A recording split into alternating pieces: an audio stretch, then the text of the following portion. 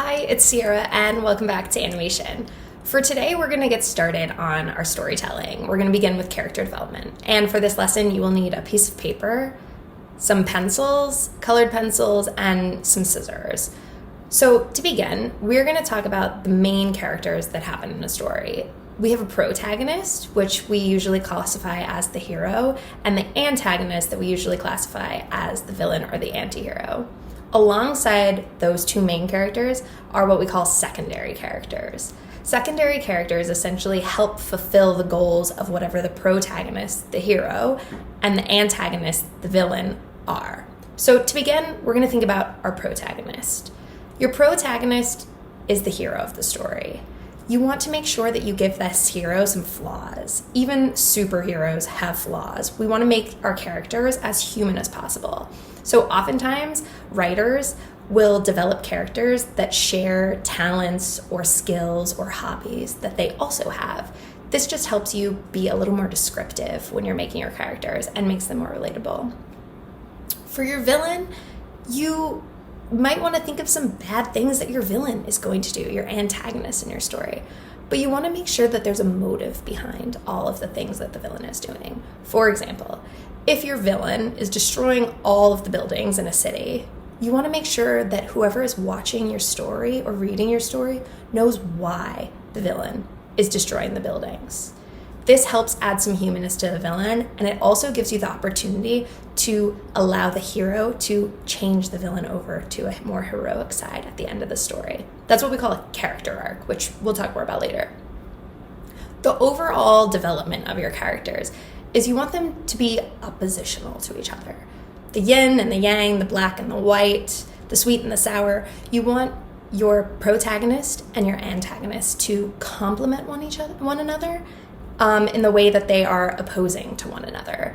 So that means that using your own traits and infiltrating these into the characters makes them more believable and is going to make them more fun to create. So try to make them memorable. Give your characters unique physical traits or quirks and give them strange or unusual hobbies and interests. This will help your viewer remember your character a lot better. Following this video, there will be a list of questions that are going to go alongside to help you develop your character. Some of the questions that are in this questionnaire are: what's your character's name? What is their gender? How old are they? What do they look like? What is their general disposition? This questionnaire is meant to just get you thinking about what the traits of your character are like. And oftentimes, for myself, when I'm developing a new character, it isn't until after I complete this questionnaire that I begin drawing my character. Just because a lot of times we don't think about all the physical attributes that we want to associate with our character until we've taken some time to think about their personality and traits. So I encourage you to fill out the questionnaire for both your protagonist, the hero, and your antagonist, the villain, before you start drawing your characters. Once you've gotten to that step, then you can begin drawing. And also, you want to keep in mind your secondary characters.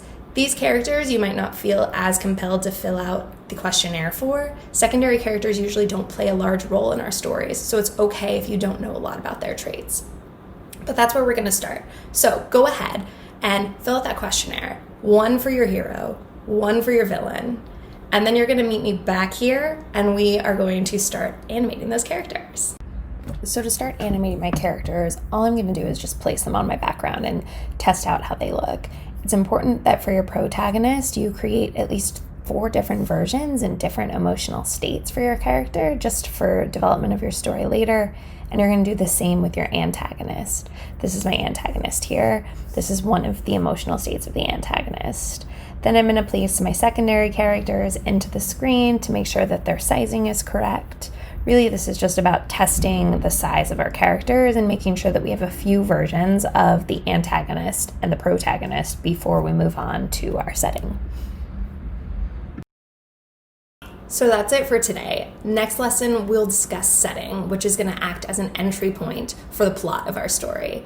So if you haven't thought about a setting yet for where your characters might be in your story, you can go ahead and start thinking about that. And in the next lesson, we're going to go a little more in depth as to what that means. I'm going to leave you with an animation that I made for my characters, and I'll see you next time.